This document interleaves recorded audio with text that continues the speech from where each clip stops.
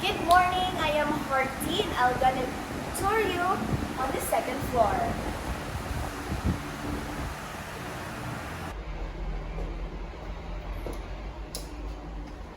This staircase is covered by red carpet in the heydays of La Castilla. The balustrade made of solid antique hardwood was a recent renovation done in 1996. In the flanking is an old carved church of the color. Beside it is the sitting Malay girl which used to stay under the staircase of the Pilais residence in Ranado Street, Cebu. Before we begin, let me introduce myself. I am Mary and I am one of your tour guides for today. As you can see, we have here the azotea or the veranda. So it was extended during its renovation in 1996.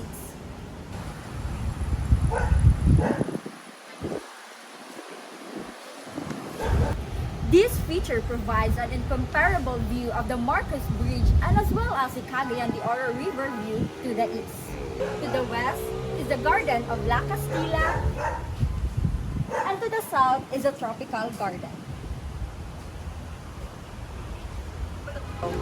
Take note not to mention, this eastern voyage point can be a splendid view of a full moon rising over the river.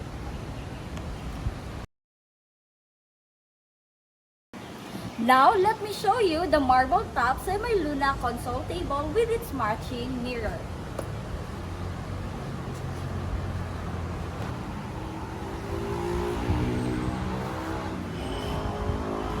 It is handcrafted by artisans of Senora Olita Valmoria who gave this in 1970 upon her death as a token of her cousins who are attorney and Mrs. Pilares. We also have here the wooden galinera that is beautifully inlaid with mother of pearls and a pair of oversized butacas made of golden mulave with cane wave.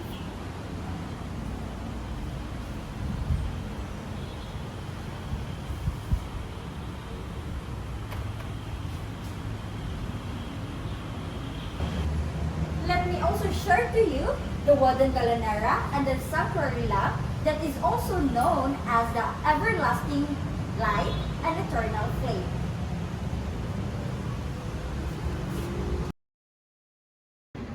Now let's go forward to the master's bedroom.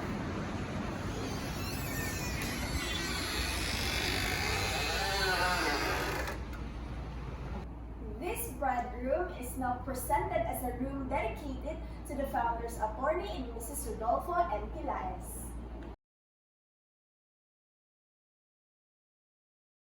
The personal effects of Attorney Pilares are preserved in his golden mulave cabinet with glass sliding doors on which are hung his barongs and business attires.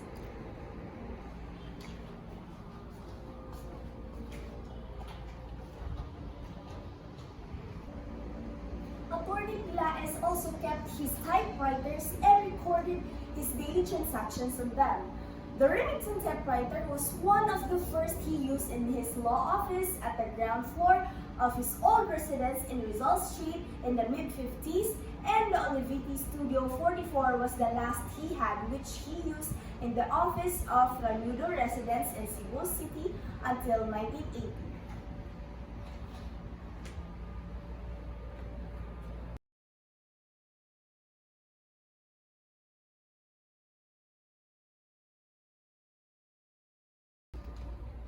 His collection of cameras, video, and still are also on display as he took delight in the gadgets of his time. Also in this room is a butaca chair in hardwood divan with cane weave, both part of the Philippine hardwood furniture collection of La Castilla. Serving as a coffee table is a heavily carved tea table with a matching 6 stools, which is Chinese origin.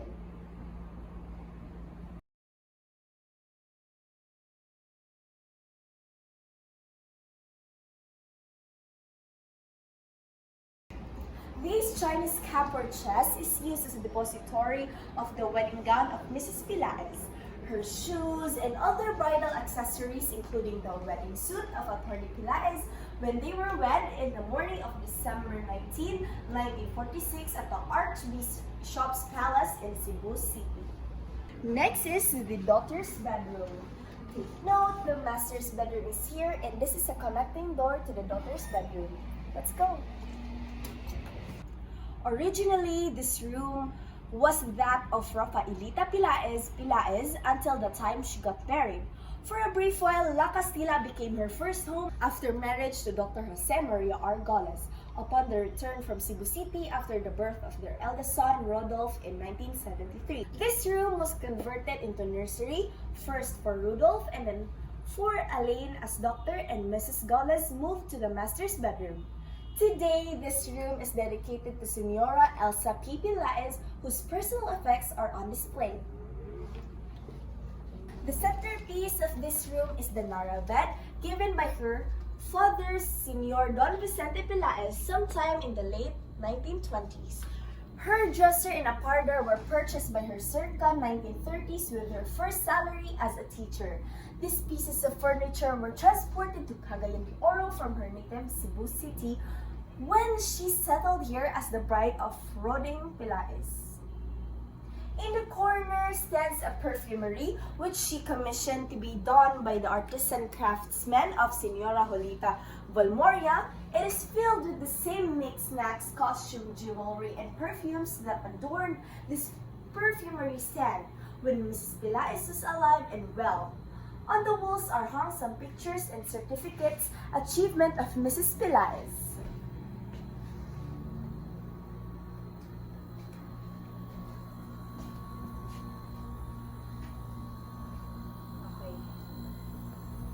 Hello, my dear tourists! Do you still have the energy? Get ready as we tour the last stop on the second floor. Now, let me show you the altar.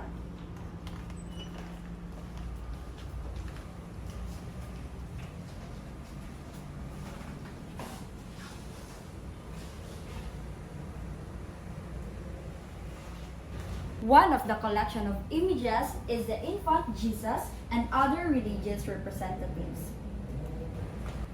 At the center is a set of statues that represent the death of Saint Joseph, early 20th century, which is originally belonging to the aunt of Mrs. Elsa Pilaez, who are Senora Doña Maria de Roda y Pilaez.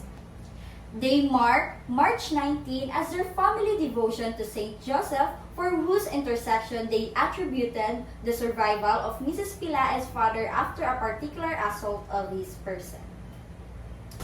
Welcome to the Garden of La Castilla! This is the story of this garden before.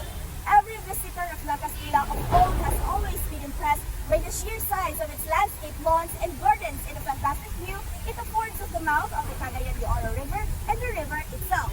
The elegance of the house, it was said, could easily be duplicated elsewhere, but the splendor of the views it offered was something else. Sadly, this was not to remain for long. In the early days of La Castilla, Mrs. Pilaez made it her business to supervise the landscaping of the gardens. She found inspiration from her travels to Europe, particularly that in the summer of 1968, which she tried to recapture in some features of the gardens while La Castilla was undergoing construction. In the east fronting of Cagayan de Oro River was erected the mango-shaped swimming pool. On its lip sat a mermaid reminiscent of the Little Mermaid of Hans Christian Andersen, fame that still sits in the harbor of Copenhagen in Denmark. Beside it is a small lagoon and a likeness of a grotto Our Lady of Lourdes appearing before Saint Bernadette, a takeoff from the miraculous site of Lourdes in France. In the western portion of the garden by the entrance gate used to stand an old mango tree.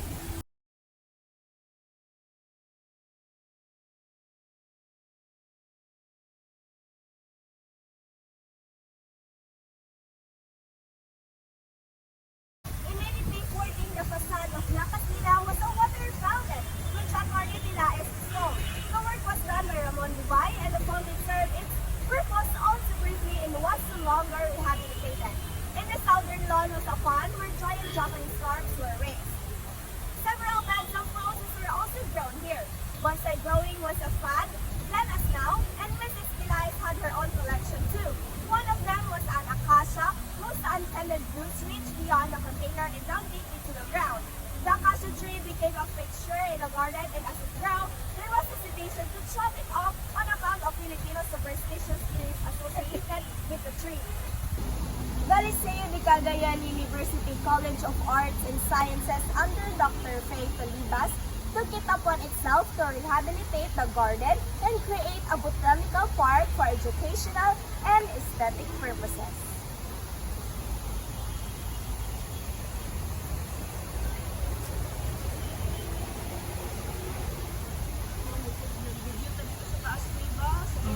Ay po.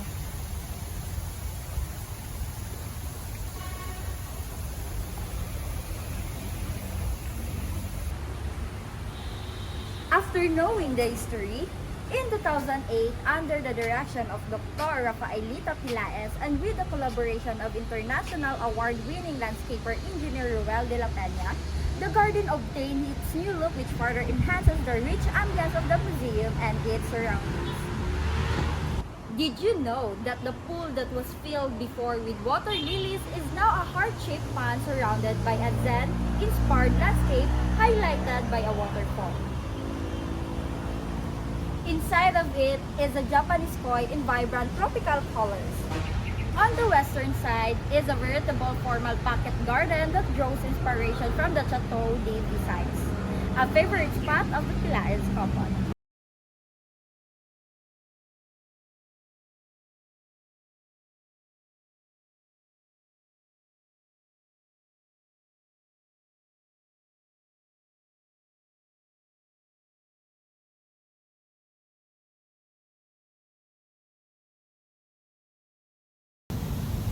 Well, ladies and gentlemen, this brings us to the end of our tour of La Castilla. I hope you enjoyed this journey and learned something new from this amazing destination. We would like to thank you for your attention and participation. It has been a pleasure to show you around and to share some stories.